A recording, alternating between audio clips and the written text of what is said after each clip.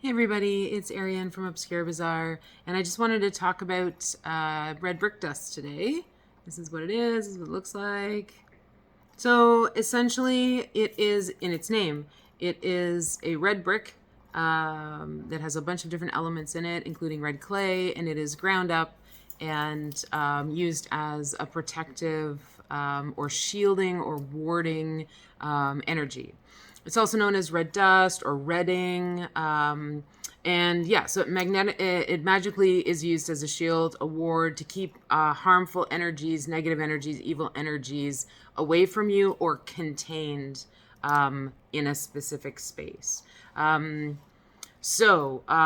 is it a powerful way to protect your home? What makes it so effective? Well, bricks have been used for thousands of years to build homes and habitats and walls and fortresses, so they're very strong. And they protect you from the outside elements, right? Fired bricks, from where red brick dust comes from, are known to be incredibly strong and powerful to protect you again from outside elements.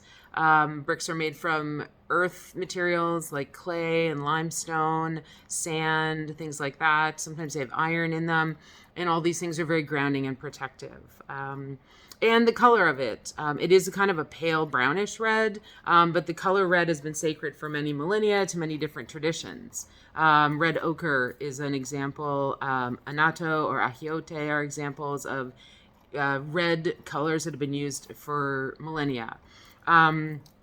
So a lot of people think that it has to do with ancestors because there's some traditions that would use red powder sprinkled on their deceased to help them transition from this life to the next, from this realm to the next. And we all know ancestors are super powerful beings. That can come to our protection and aid, right? Also, because it looks like blood and the blood ties, things like that, the color red. Warriors used to paint red ochre or anato, colors of red on themselves before they went into battle, on their horses, on their chariots, on their weapons, things like that, to protect them from all sorts of natural and supernatural forces that would happen during the battle. Archaeologically, it's been found to have been painted on many, many statues, especially like fertility goddesses, things that would sustain life and bring sustenance to life, right? So it's going to protect your life.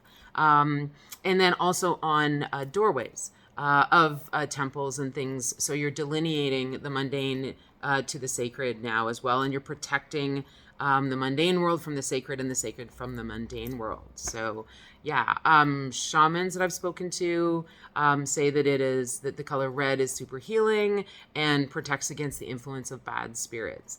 So how can you use red brick dust? So one of the most traditional ways to use it is after you've cleansed your front door and your front porch with whatever you want to cleanse it with. You would then lay down a line, you could sprinkle a line of red brick dust right just inside the threshold. So inside your front door where your door closes and it bumps up against, I think it's called the sill plate. You would put it there. And what it does is it stops unwanted people and energies, spirit people, mundane people, and energies from entering your house. It's going to make them feel uncomfortable. It's going to make them not want to come in. Spirits specifically don't want to pass through that. That neighbor that bothers you all the time won't come past it. Very similar to how you can deploy black salt. You can, my favorite thing, you can mix it with the first urine of the morning and mix it into a paste and use that paste to paint around your door. You can paint magical symbols with it on top, at the back of your door, above your door.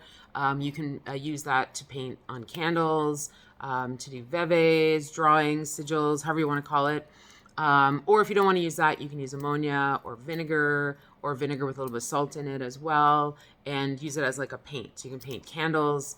If you have a doormat outside the front of your door that you kind of sort of use to brush your shoes off before you walk in your door, paint it underneath the doormat, whatever protective stuff you want to paint there, and then put the doormat down and it'll help as well do that. You can mix it with herbs to make powders and sprinkle over your threshold or sprinkle at your work if you need to protect yourself from some toxic energy. You can use it in your, same as your door, front door of your house. You can use it at your, if you have an office or something like that, you can use it that way. You can put it in spell bags, bottles, or magic jars and things like that, potion jars for protection. It can encircle candles, or if you're doing a spell and you don't want it to be bothered, so you need to have it there for 2 or 3 days or 7 days, you're doing like a 7 knob candle or something. You can do a line around the spell, like a circle around the spell, just to keep it protected as well. You can, I've heard this a couple times from a couple of different practitioners, you can mix red brick dust with cinnamon and brown sugar and wash your front door with that, or wash your floors in your business with that to help bring money in quickly. So there's lots of ways to use red brick dust for protection. Let me just make sure I haven't forgotten anything.